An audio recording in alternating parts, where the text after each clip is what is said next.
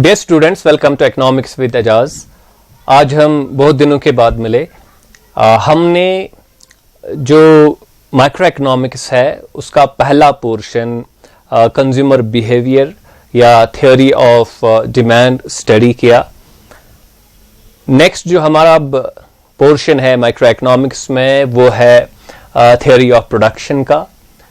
और जैसा कि हमने पहले ही ये बात समझी है कि जो माइक्रो इकोनॉमिक्स है इसको हम प्राइस थ्योरी कहते हैं। बुनियादी तौर पर जब हम माइक्रो इकोनॉमिक्स स्टडी करते हैं तो हमें जो प्राइस एस्टैब्लिश होने का जो मैकेनिज्म है वो मैकेनिज्म हमें समझ आता है, और फिर जो मुख्तलिफ कमोडिटीज है या सर्विसेज है उनके प्राइस जो तय होते हैं उनके पीछे जो डिफरेंट फैक्टर्स होते हैं जो प्राइस डिटरमाइन करने में इम्पोर्टेंट रोल अदा करते हैं, वो प्रोसेस और वो फैक्टर्स हमें समझ आते हैं जब हम माइक्रो इकोनॉमिक्स स्टडी करते हैं। तो इसलिए माइक्रो इकोनॉमिक्स को हम प्राइस थ्योरी भी कहते हैं। तो जब एक प्राइस एस्टैब्लिश होता है तो बुनियादी तौर पर प्राइस एस्टैब्लिश होता है जब डिमांड और सप्लाई होगी, यानी कि अगर डिमांड होगी, सप्लाई होगी किसी कमोडिटी की, किसी सर्विस की, तो उसका एक मार्केट या उसका प्राइस एस्टैब्लिश होता है। तो माइक्रो इकोनॉमिक्स में इसलिए जो हमारे पास दो इंपॉर्टेंट डायमेंशंस जो हम स्टडी करते हैं, प्राइस थ्योरी के जो दो इंपॉर्टेंट डायमेंशंस होते हैं, एक डायमेंशन है डिमांड की डायमेंशन और दूसरी डायमेंशन है सप्लाई की डायमेंशन। जैसा कि आप जानते हैं कि हमने डिमांड की जो डायमेंशन है उसको हमने स्टडी किया, थ्योरी ऑफ डिमांड या आप फिर कहिए कंज्यूमर इक्विलिब्रियम या कंज्यूमर बिहेवियर हमने स्टडी किया। काफी सारे लेक्चर्स हमने डिवोट किए अपने डिमांड या थ्योरी ऑफ डिमांड या फिर कंज्यूमर इक्विलिब्रियम को स्टडी करने के लिए। अब हमारा दूसरा साइड रह जाता है जो सप्लाई साइड हमारा है। तो सप्लाई साइड जो है प्राइस थ्योरी का वो हम थ्योरी ऑफ प्रोडक्शन में स्टडी करते हैं। तो जो सप्लाई होती है on part of the producers, वहां पे हमने किन किन चीजों का ख्याल रखना होता है या कौन से फैक्टर्स है जो इंपॉर्टेंट रोल अदा करते हैं सप्लाई साइड पे, उसको उन चीजों को हम थ्योरी ऑफ प्रोडक्शन में स्टडी करते हैं। जब हम थ्योरी ऑफ डिमांड स्टडी करते हैं, थ्योरी ऑफ प्रोडक्शन स्टडी करते हैं, तो हम जो डिफरेंट फैक्टर्स इंपॉर्टेंट है एक प्रोडक्ट या सर्विस की डिमांड और सप्लाई में, हम उनको अंडरस्टैंड कर पाते हैं। तो तब जाके जब ये दोनों फैक्टर्स एक जगह, जब सप्लाई और डिमांड एक जगह आ जाते हैं यानी कि इंटरसेक्ट करते हैं, जब एक मार्केट एस्टैब्लिश होता है तो एक प्रोडक्ट या सर्विस की का जो प्राइस है वो फिर एस्टैब्लिश होता है, वो तय होता है। तो इसलिए हमने पहला जो एस्पेक्ट वो स्टडी किया है, अब हमने दूसरा एस्पेक्ट जो है वो स्टडी करना होगा। तो हम अपना डिस्कशन जो है वो जो टर्म प्रोडक्शन है उसके साथ स्टार्ट करेंगे और वहां से हम आगे बढ़ेंगे ये समझने के लिए कि प्रोड्यूसर्स का बिहेवियर कैसा होता है या थ्योरी ऑफ प्रोडक्शन क्या है, उसमें हमने कौन कौन से मैकेनिज्म्स, कौन कौन से फैक्टर्स स्टडी करने होंगे। तो वो सब चीजें हम थ्योरी ऑफ प्रोडक्शन में स्टडी करेंगे।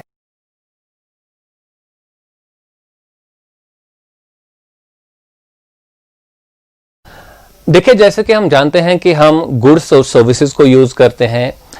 हम गुड्स और सर्विसेज को इसलिए यूज करते हैं क्योंकि गुड्स और सर्विसेज में हमारे लिए यूटिलिटी होती है। तो गुड्स जैसे कि आपका ये बोर्ड जो है, व्हाइट बोर्ड जिस पे अभी हम लिख रहे हैं, ये एक गुड है, एक प्रोडक्ट है जिसका हम यहाँ पे यूज कर रहे हैं। आप कंप्यूटर यूज करते हैं अपने फायदे के लिए, वो एक गुड है। आप या हम क्लोथ्स यूज करते हैं तो ये गुड्स में आता है। तो इसी तरह हम सर्विसेज यूज करते हैं, जैसे कि मैं अभी पढ़ाता हूं तो इससे आपका फायदा हो सकता है, लेकिन कोई गुड जो है, कोई टेंजिबल चीज यहाँ पे आपको नहीं मिलती है, बल्कि आपको जो है आइडियाज मिलते हैं, आपकी अंडरस्टैंडिंग जो है वो बेहतर हो सकती है इस प्रोसेस के जरिए। इसी तरह मेडिकल सर्विस हम अवेल करते हैं, जैसे कि एक डॉक्टर प्रिस्क्रिप्शन देता है, वो ये देखता है कि कोई बंदा अगर बीमार है उसका वो ट्रीटमेंट करता है, तो ये एक सर्विस है। इसी तरह ट्रांसपोर्टेशन, हम एक प्रोडक्ट को एक जगह से दूसरी जगह तक ले जाते हैं तो इसके लिए पेमेंट करनी पड़ती है, तो लेकिन कोई गुड हमें वहां नहीं मिलता है। अपना ही एक चीज जो है, अपना ही एक प्रोडक्ट जो है वो हम एक जगह से दूसरी जगह ले जाते हैं या खुद एक जगह से दूसरी जगह जाते हैं। कोई प्रोडक्ट, टेंजिबल प्रोडक्ट वहां पे नहीं मिलता, तो ये ट्रांसपोर्टेशन भी है, एक सर्विस की एग्जाम्पल है। तो कहने की बात यह है कि जो गुड्स एंड सर्विसेज है उनमें हमारे लिए यूटिलिटी है। ये मैंने बस यहाँ पे कुछ एग्जाम्पल्स ली गुड्स एंड सर्विसेज की, तो उस यूटिलिटी की वजह से हम उनका जो है इस्तेमाल करते हैं। तो हम ये कह सकते हैं कि जब हम, जाहिर सी बात है कि हम किसी चीज का यूज करेंगे, इस्तेमाल करेंगे, तो वो चीज तो बनानी भी होगी किसी को, क्योंकि अगर ये बनेगी नहीं तो हम इसका इस्तेमाल नहीं कर सकेंगे।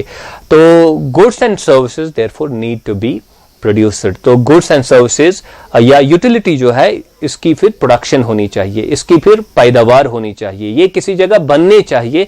जब ये बनेंगे तो तब जाके हम इनका जो है इस्तेमाल कर सकते हैं, क्योंकि इनमें हमारे लिए यूटिलिटी होगी। तो इसलिए हम क्या कहते हैं कि जो गुड्स एंड सर्विसेज जो है, जो वो बनते हैं या जो यूटिलिटी बनती है, इसको हम प्रोडक्शन कहते हैं। तो अभी हम इसको ज्यादा टेक्निकली यहां पे ऐसे लिखेंगे।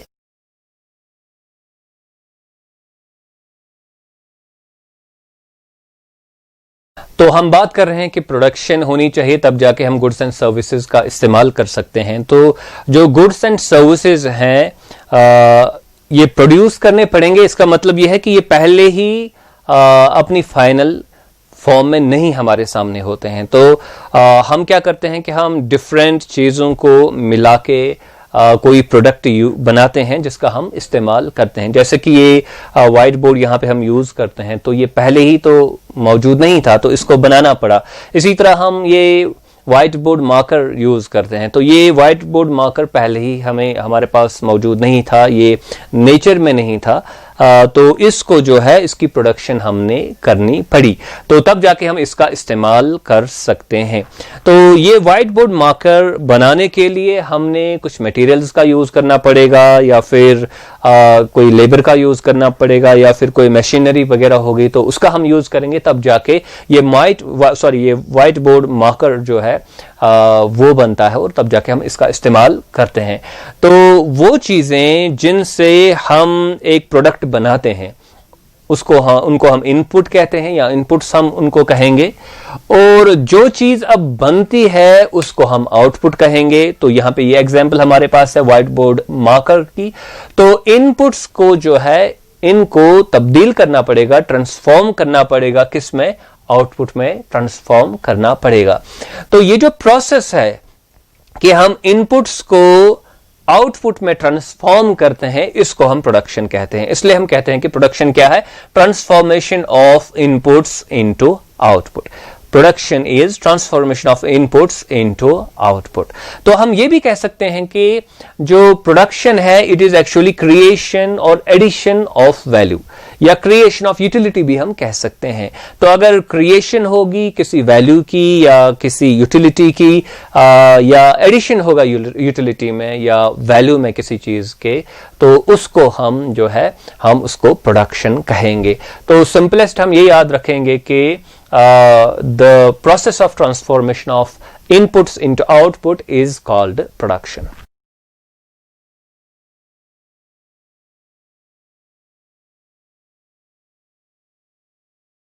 हमने ये बात समझी कि एक प्रोडक्ट बनाने के लिए हमने इनपुट्स का यूज करना होगा। तो आज के लेक्चर में हम ज्यादा फोकस अपना इनपुट्स पे रखेंगे। देखिए, पहली चीज जो हमने यहां पे याद रखनी है वो ये कि जो इनपुट्स है इनको हम फैक्टर्स ऑफ प्रोडक्शन भी कहते हैं। इनपुट्स को फैक्टर्स ऑफ प्रोडक्शन भी कहते हैं। तो जाहिर सी बात है, फैक्टर्स ऑफ प्रोडक्शन मीन्स वो चीजें जो हमने प्रोडक्शन में यूज करनी होगी या जो प्रोडक्शन में यूज होती है।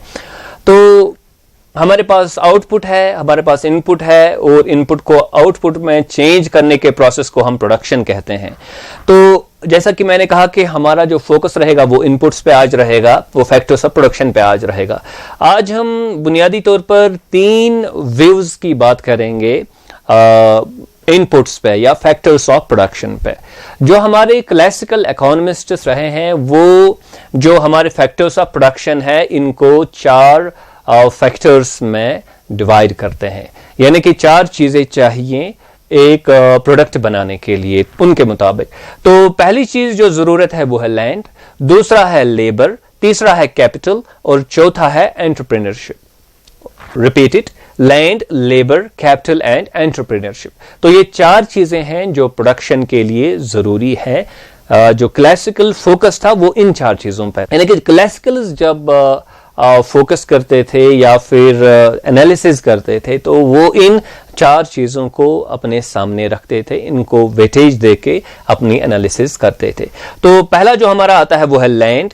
और जब हम लैंड की बात करेंगे तो लैंड मीन्स कि जहां पे आप प्रोसेस कर रहे हैं, प्रोडक्शन का प्रोसेस कर रहे हैं, चाहे आप एग्रीकल्चर में है, इंडस्ट्री में है, सर्विसेज में है, लेकिन जो आप जमीन का टुकड़ा तो आपको यूज करना होगा, तो वो फैक्टर ऑफ प्रोडक्शन है और इंपॉर्टेंट फैक्टर ऑफ प्रोडक्शन है। लेकिन लैंड का मतलब इतना ही नहीं कि जो आप जो है एक जमीन का टुकड़ा आप यूज कर रहे हैं, पीस ऑफ लैंड आप यूज कर रहे हैं, बल्कि इन द ब्रॉडर सेंस जो है लैंड में ऑल नेचुरल रिसोर्सेज आते हैं। जैसे कि पानी आप यूज करेंगे, हवा आप यूज करेंगे, लकड़ी आप यूज करेंगे, ऑल द नेचुरल रिसोर्सेज जो भी हम यूज करते हैं तो वो लैंड में इंक्लूडेड है।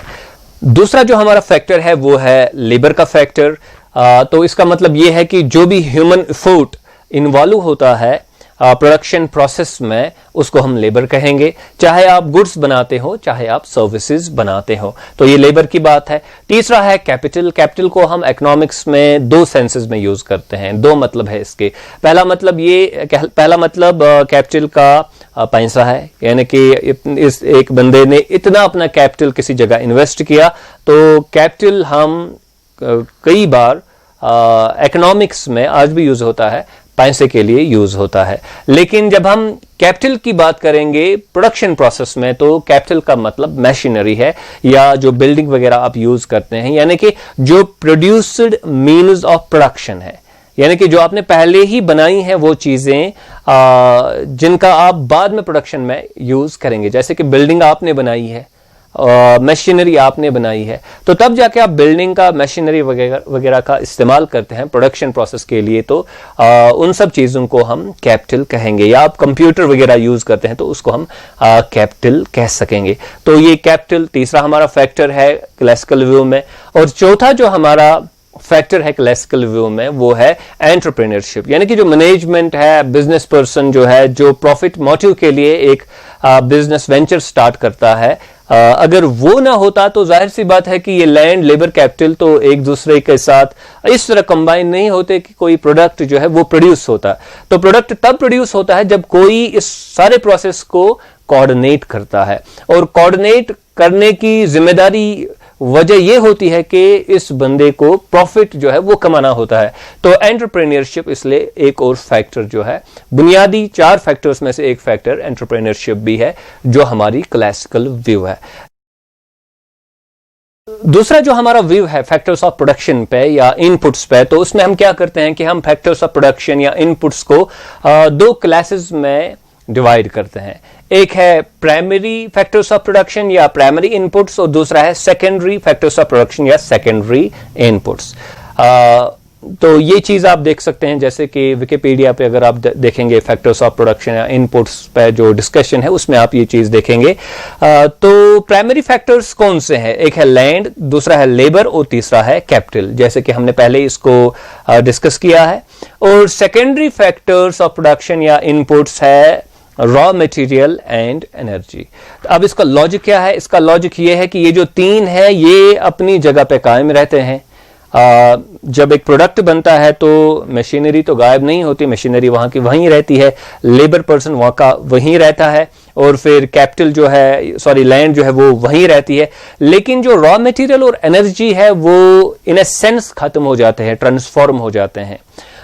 तो इन ए सेंस हम ये कह सकते हैं रॉ मटेरियल इस प्रोडक्ट में ही छुपा हुआ होता है, या प्रोडक्ट उसी रॉ मटेरियल का जाहिर सी बात है बना हुआ है। तो रॉ मटेरियल कंज्यूम होता है, खत्म होता है, लेकिन ये सब चीजें अपनी पहली वाली सूरत में जो है वो बाकी रहते हैं। तो ये दूसरा एक पर्सपेक्टिव है या दूसरा एक क्लासिफिकेशन है फैक्टर्स ऑफ प्रोडक्शन का, जिसमें हम फैक्टर्स ऑफ प्रोडक्शन को प्राइमरी और सेकेंडरी फैक्टर्स ऑफ प्रोडक्शन में जो है डिवाइड करते हैं। लेकिन अगर आप किताबें पढ़ेंगे आजकल इकोनॉमिक्स पे, प्रोडक्शन की अगर बात होती हो तो इस तरीके का एनालिसिस यूजुअली नहीं होता है। पेरिफेरीज में, कुछ मार्जिन्स में जो है एनालिसिस होता होगा ऐसा, लेकिन आमतौर पर किताबों में जो रूटीन बुक्स है, जो आम आप किताबें कॉलेज यूनिवर्सिटी लाइफ में स्टडी करते हैं, उनमें जो है इस तरीके का एनालिसिस नहीं होता है। वो एनालिसिस रिलेटिवली जो है सिंपल है एज कंपेयर टू जो हमने ये दो क्लासिफिकेशंस बताई, वेव्स बताएं फैक्टर्स ऑफ प्रोडक्शन के बारे में। Let us look into that. जो मॉडर्न जो हम एनालिसिस करते हैं इकोनॉमिक्स में प्रोडक्शन की, उसमें हम क्या करते हैं कि हम दो फैक्टर्स पे एम्फेसाइज करते हैं, दो फैक्टर्स को अपना टारगेट बनाते हैं। एक है लेबर और दूसरा है कैपिटल। कैपिटल में जैसे मशीनरी, बिल्डिंग वगैरह सब चीजें आ जाती हैं। तो यही दो चीजें हैं, यही दो फैक्टर्स हैं जो हमारे एनालिसिस का जो है फोकस बनती हैं, जो आमतौर पर आप किताबें जो है वो स्टडी करेंगे। तो इसलिए आप देखेंगे कि quantity is a function of labour and capital. और ये भी मैं यहां पे बता दूं कि जो हम कैपिटल टर्म यूज करते हैं, okay, it means machinery, buildings etcetera, तो इसके लिए हम सी टर्म यूज नहीं करते, इसके लिए हम के वर्ड जो है, अल्फाबेट जो है वो इसको रिप्रेजेंट करता है। तो इसलिए यहां पे आपने देखा एल एंड के और एल एंड के, तो it means labour and capital. तो ये दो चीजें, ये दो फैक्टर्स जो है ये एनालिसिस में यूजुअली आते हैं। मॉडर्न जो हमारा करंट जो अप्रोच चल रहा है, जो यूजुअली बुक्स में डिस्कशंस हम देखते हैं।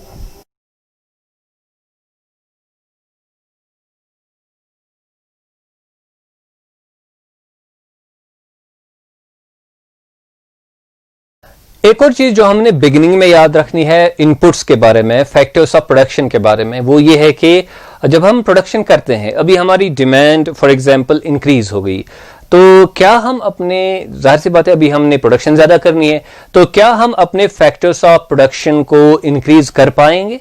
तो इसको यानी कि फैक्टर्स ऑफ प्रोडक्शन को इंक्रीज करना, इनको चेंज करना जो है, इनकी क्वांटिटी को चेंज करना जो है, उसको हम वेरिएबिलिटी कहेंगे, वेरिएबिलिटी ऑफ इनपुट्स, यानी कि क्या हम इनको वेरी कर पाएंगे, इनकी क्वांटिटी को चेंज कर पाएंगे, तो क्या ऐसा मुमकिन है हमारे लिए? तो चाहे हम कोई भी जो है इसमें इनपुट्स का व्यू लेंगे, जैसे कि हमने लेबर एंड कैपिटल, लेटेस्ट हम इसी का इस्तेमाल करते हैं, लेकिन land, labour, capital, raw material, तो इनपुट्स को हम ऐसे डिवाइड कर सकते हैं, ऐसे भी डिवाइड कर सकते हैं। तो क्या है कि ऐसा भी हो सकता है कि हम कुछ फैक्टर्स तो चेंज कर पाएंगे, लेकिन कुछ फैक्टर्स जो है वो हम चेंज नहीं कर पाएंगे। फॉर एग्जाम्पल अभी आपके पास एक बड़ी एक मशीनरी है और डिमांड जो है वो इंक्रीज हो गई, तो आप तो for example raw material increase कर सकते हैं, लेबर इंक्रीज कर सकते हैं, लेकिन ये जरूरी नहीं है कि आप जो है जैसे ही आपकी डिमांड बढ़ रही है आप मशीनरी भी, प्लांट भी नया इंस्टॉल कर देंगे। तो it may take time, it may take 1 week, it may take 1 month, it may take even 1 year. तो डिपेंड करता है कि मशीनरी किस टाइप की है। तो इसलिए कुछ फैक्टर्स ऐसा भी हो सकता है, कुछ फैक्टर्स तो वेरी करेंगे, लेकिन कोई फैक्टर ऐसा भी रहेगा कि जो किसी खास ड्यूरेशन के लिए हम चेंज नहीं कर पाएंगे। तो उस ड्यूरेशन को, उस टाइम पीरियड को जिसमें एक या एक से ज्यादा फैक्टर्स ऑफ प्रोडक्शन कांस्टेंट रहेंगे, उसको हम शॉर्ट रन कहेंगे। शॉर्ट रन का मतलब क्या है? शॉर्ट रन का मतलब यह है कि ये वो टाइम पीरियड है, ये वो ड्यूरेशन है जिसमें हमारा कोई फैक्टर ऑफ प्रोडक्शन, कोई इनपुट जो है वो कांस्टेंट रहता है, उसको हम इंक्रीज नहीं कर पाएंगे, उसको हम वेरी नहीं कर पाएंगे। So this is the meaning of short run in economics, particularly जब हम प्रोडक्शन की बात करते हैं। अब शॉर्ट रन के बाद आता है हमारा लॉन्ग रन। लॉन्ग रन का मतलब क्या है? लॉन्ग रन का मतलब है वो ड्यूरेशन, उतना टाइम पीरियड, उतना अरसा जिसमें हम हर कोई फैक्टर ऑफ प्रोडक्शन या इनपुट चेंज कर पाएंगे, तो उसको हम लॉन्ग रन कहेंगे।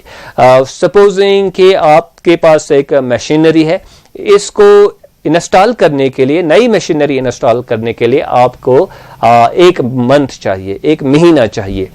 आपको जो है आपको ऑर्डर देना है, फिर वहां मशीनरी बनेगी, फिर आपके पास पहुंचेगी, फिर एक्सपर्ट्स आएंगे, वो इसको इंस्टॉल करेंगे, तो आपको इसमें 1 महीना लगेगा। तो 1 महीना जो है ये आपके लिए क्या है, ये शॉर्ट रन है, क्योंकि कोई एक factor of production, for example capital, अभी मशीनरी आपकी, वो आप इंक्रीज, वो आप वेरी नहीं कर पाए। लेकिन 1 मंथ के बाद जो है जो 1 मंथ प्लस जो ड्यूरेशन है वो लॉन्ग रन बनेगा आपके लिए, क्योंकि बियॉन्ड दिस टाइम पीरियड आप अपने सारे के सारे फैक्टर्स ऑफ प्रोडक्शन अब चेंज कर पा रहे हैं, तो that is possible for you. तो इसलिए शॉर्ट रन क्या है? शॉर्ट रन वो है जब हमारा एक फैक्टर या एक से ज्यादा फैक्टर्स ऑफ प्रोडक्शन कांस्टेंट होंगे। और लॉन्ग रन क्या है? लॉन्ग रन वो टाइम पीरियड या ड्यूरेशन है जब सबके सब फैक्टर्स ऑफ प्रोडक्शन हमारे लिए वेरिएबल होंगे, जब हम उनको चेंज कर पाएंगे। ये ऐसी चीज है जो हम कॉमन सेंस से भी अंडरस्टैंड कर सकते हैं। हाँ, ये चीज आपने यहां पे याद रखनी है कि शॉर्ट रन किसी खास इंडस्ट्री में फॉर एग्जांपल 1 मंथ हो सकता है, किसी दूसरी इंडस्ट्री में ये 1 साल भी हो सकता है, ये 4 साल भी हो सकता है। अभी आपको एक मुल्क के लिए एक डैम बनाना है, तो it will take for example decade. अभी आपके पावर की सप्लाई जो है, इलेक्ट्रिसिटी की सप्लाई जो है वो इंक्रीज होनी चाहिए, तो आप एक डैम बनाने का सोच रहे हैं, तो यहां पे जो टाइम पीरियड है वो काफी लंबा है। लेकिन अभी आपने कोई छोटी मशीनरी लानी है, इसका शॉर्ट रन जो होगा वो 1 दिन भी हो सकता है, 1 हफ्ता भी हो सकता है। तो डिपेंडिंग अपॉन द इंडस्ट्री हम पहले ही ये नहीं बता सकेंगे कि 1 महीना या 6 महीने या 1 साल जो है वो हमारा शॉर्ट रन है और इसके बाद वाला जो ड्यूरेशन है वो हमारा लॉन्ग रन बनता है। It depends upon a lot of factors, particularly आप किस फर्म, किस इंडस्ट्री की बात कर रहे हैं, और वहां पे नया प्लांट वगैरह लगाने में आपको कितने देर के लिए इंतजार करना पड़ेगा। तो पहले हम ये नहीं बता सकेंगे कि शॉर्ट रन कितना है, लॉन्ग रन, यानी कि इन जनरल इसका कोई डेफिनेशन ऐसा नहीं है कि इतना महीना, इतने हफ्ते शॉर्ट रन होता है तो उसके बाद लॉन्ग रन होगा, ऐसा कुछ नहीं है। कि ये सिचुएशन स्पेसिफिक है, कॉन्टेक्स्ट स्पेसिफिक है, तो वो चीज हमने यहां पे याद रखनी है। इनपुट्स और आउटपुट के बारे में एक अहम चीज जो हमने याद रखनी है और आज के लेक्चर का ये कंक्लूडिंग पार्ट होगा, वो ये है कि जो आउटपुट्स क्या इनपुट्स है, पहली चीज जो याद रखनी है वो ये कि ये गुड्स भी हो सकते हैं, सर्विसेज भी हो सकती हैं। आउटपुट जो है एक गुड हो सकता है, एक सर्विस हो सकती है, और इनपुट जो है वो भी एक गुड हो सकता है, एक सर्विस हो सकती है। तो ये ऐसा नहीं है कि आउटपुट जो है बस गुड होना चाहिए या सर्विस होना चाहिए, it can be either good और इट कैन बी सर्विस। तो एक चीज हमने ये याद रखनी है। दूसरी चीज जो पहले वाले से ज्यादा इंपॉर्टेंट है, जो हमने अच्छे तरीके से समझनी है, technically it is more important for us, वो ये कि जो आउटपुट है या इनपुट जो है, इनपुट्स जो है, ये फ्लो कॉन्सेप्ट्स है। अगेन मैं ये कहूंगा, जो आउटपुट और इनपुट्स जो है, फैक्टर्स ऑफ प्रोडक्शन जो है, वो फ्लो कॉन्सेप्ट्स है। उसका मतलब ये है कि हम इनको मेजर करते हैं अगेंस्ट टाइम। अभी हमारे पास, मैं कहूंगा कि मेरे पास एक मार्कर है, तो ये स्टॉक कंसेप्ट हुआ। लेकिन अगर मैं एक प्रोड्यूसर हूं तो मैं कहूंगा कि मैंने 1 महीने में कितने मार्कर बनाए, 1 साल में कितने मार्कर बनाए, 1 दिन में कितने मार्कर बनाए। तो क्या है कि मैं हमेशा टाइम पीरियड की बात कर रहा हूं, और जब मैं किसी चीज को अगेंस्ट टाइम पीरियड मेजर करता हूं तो वो फ्लो कंसेप्ट बनता है। जैसे कि हम कहते हैं कि मेरी सैलरी 1 महीने की सैलरी इतनी है, पर मंथ मेरी सैलरी इतनी है, तो वो एक फ्लो कंसेप्ट बनता है। इनकम भी इसलिए एक फ्लो कंसेप्ट बनेगा। तो आउटपुट होगा या फिर इनपुट्स होंगे तो ये फ्लो कंसेप्ट्स है। इसी तरह आप लेबर का यूज करते हैं, तो आप कहेंगे कि मैंने इतने लेबर आवर्स जो है यूज किए हैं और इतनी प्रोडक्शन हुई है। तो जब आप लेबर की बात करेंगे, आप सिर्फ ये नहीं कहेंगे कि मैंने 2 लेबर यूज किया, 4 लेबर यूज किया, आप टाइम पीरियड भी बताएंगे कि कितने दिन के लिए, कितने घंटों के लिए इनका मैंने इस्तेमाल किया। इसी तरह अगर आप कैपिटल यूज करते हैं, मशीनरी आप यूज करते हैं, तो वहां पे क्या होता है कि जो एक प्रोड्यूसर होता है वो ये देखता है कि कितने आवर्स के लिए मैंने एक पर्टिकुलर मशीनरी का यूज किया, तो यहां पे या कितने महीनों के लिए, कितने साल के लिए मैंने इसका इस्तेमाल किया। तो यहां पे चाहे आउटपुट है, लेबर है, कैपिटल है, यहां पे टाइम पीरियड जो है, टाइम फैक्टर जो है वो काफी इंपॉर्टेंट होता है, और टाइम फैक्टर की वजह से ये फ्लो कंसेप्ट बनते हैं। Time factor in this sense की कितनी ड्यूरेशन में कितना जो है प्रोडक्शन हुई, पैदावार हुई, या कितने ड्यूरेशन में कितना इनपुट्स की अगर हम बात करेंगे, कितने इनपुट्स की मिकदार यानी कि यूज हुई, लेबर का कितना यूज हुआ और कैपिटल कितना यूज हुआ। यहां पे टाइम के अगेंस्ट या टाइम ड्यूरेशन के मुताबिक जो है हम इनको जो है मेजर करते हैं। तो इसलिए हमने ये बात याद रखनी है कि चाहे आउटपुट्स हों, चाहे इनपुट्स हों, ये सब फ्लो कॉन्सेप्ट्स है, जहां पे हम एक ड्यूरेशन में कितना प्रोडक्शन हुआ या कितने यूनिट्स ऑफ इनपुट यूज हुए, तो हम ड्यूरेशन का यहां पे ख्याल रखते हैं। ड्यूरेशन का तज़किरा जरूर आता है, तो इसलिए ये फ्लो कॉन्सेप्ट्स हमारे बनते हैं।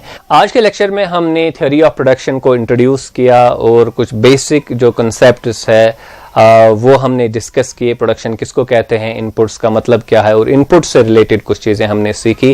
और फिर हमने ये देखा कि इनपुट्स हो या आउटपुट हो, ये गुड्स भी हो सकते हैं, सर्विसेज भी हो सकते हैं, और ये फ्लो कॉन्सेप्ट्स है। तो ये सब चीज़ें सीखना हमारे लिए काफ़ी ज़रूरी है, क्योंकि आगे जाके एनालिसिस जब हम करेंगे, जब हम स्टडी करेंगे, तो ये जानकारी जो है हमारे काफ़ी काम आएगी। हमारे लिए आगे आने वाले जो लेक्चर्स है, कॉन्सेप्ट्स है, वो अंडरस्टैंड करना हमारे लिए आसान होगा। तो यहाँ पे हम अपना लेक्चर कंक्लूड करते हैं। Do subscribe to my YouTube channel economics with Ejaz. Thank you very much.